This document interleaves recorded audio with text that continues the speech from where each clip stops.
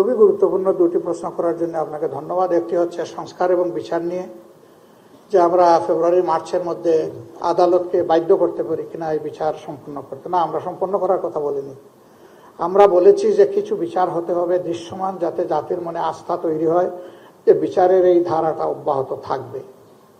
আপনি বলেছেন পরবর্তী সরকারের ব্যাপারে এই ব্যাপারে কোনো সন্দেহ আছে কিনা। আমরা আস্থা রাখতে চাই এবং আমরা মনে করি যে সরকারে যারা আসবে তারা জনগণের সমর্থন নিয়ে আসবে, জনগণের পালস বুঝে আসবে, জনগণও তাদেরকে বুঝে গ্রহণ করবে। আমরা বিচারকে বাধ্য করে দিতে পারি না।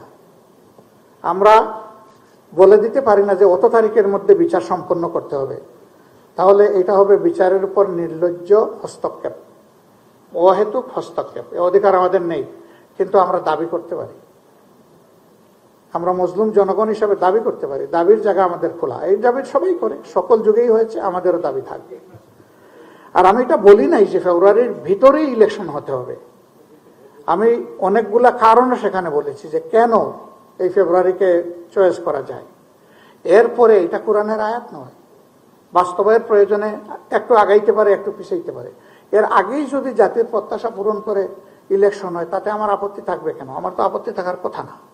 আবার যদি এর জন্য আরো একটু সময়ের প্রয়োজন হয়, আমরা 15.5 বছর 16 বছর অপেক্ষা করতে পেরেছি, আরো 1-2 মাস অপেক্ষা করতে পারবো ইনশাআল্লাহ। দেশটা আমাদেরই, ভালোর জন্যই আমরা এটা করব। আপনার নেক্সট কোয়েশ্চন, যে অন্তর্ভুক্তিমূলক নির্বাচন নিয়ে কোনো কথা হয়েছে কিনা। অবশ্যই হয়েছে। আওয়ামী লীগের ব্যাপারে তারা জানতে চেয়েছেন কিনা? হ্যাঁ, চেয়েছে। সবাই চাননি, 2-1টা জায়গায় তারা চেয়েছে। আমরা তাদেরকে বলেছি যে আমাদের দেশে কেবলমাত্র একটা গণহত্যা হয়ে গেছে।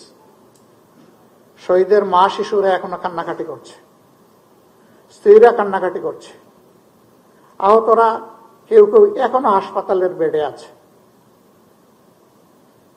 আমরা জাতি হিসেবে তাদেরকে আমাদের যে করণীয় সেইটাও পুরোপুরি করে উঠতে পারিনি। গোটা জাতি ট্রমাটাইজড। কারণ জুলাই আগস্ট এই সময়টা সরকার কার্যত গোটা জাতির বিরুদ্ধে দাঁড়িয়ে গিয়েছিল। এই আন্দোলন কোনো একক দলের বা পক্ষের ছিল না, এটা ছিল জনতার আন্দোলন। নেতৃত্বে ছিল আমাদের যুবক যুবতীরা, ইয়াং সোসাইটি, কিন্তু আন্দোলনে সম্পৃক্ত ছিল সারা দেশের জনগণ। অতএব দেশের জনগণের রাজনীতি কার জন্য? রাজনীতি জনগণের জন্য। 2 নম্বর, তারা তো অপার সুযোগ পেয়েছিলেন। তারা একটানা 3টা নির্বাচন তাদের অধীনে করেছেন।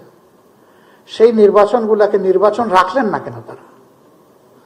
তারা তো নির্বাচনের জান কবজ করেছেন।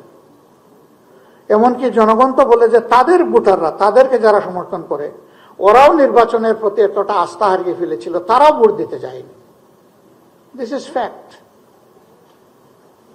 তো সেই রকম একটা দলকে এই মুহূর্তেই বাংলাদেশের জনগণ গ্রহণ করবে কিনা এবং আওয়ামী লীগও তাদের মানসিকতা পরিবর্তন করেছে কিনা, সেটা বিশাল প্রশ্ন। একথা বলার পরে তারা আর কিছু বলেননি। তারা আর পাল্টা জিজ্ঞেস করেনি এইটা কি ওইটা কি, এখানেই তারা থেমে গেছে।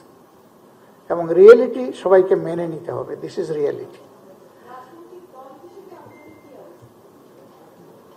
রাজনৈতিক দল হিসাবে আপনার সামনে দাঁড়িয়েছি, দোয়া করেন যেন দাঁড়িয়ে জনগণের জন্য কাজ করে।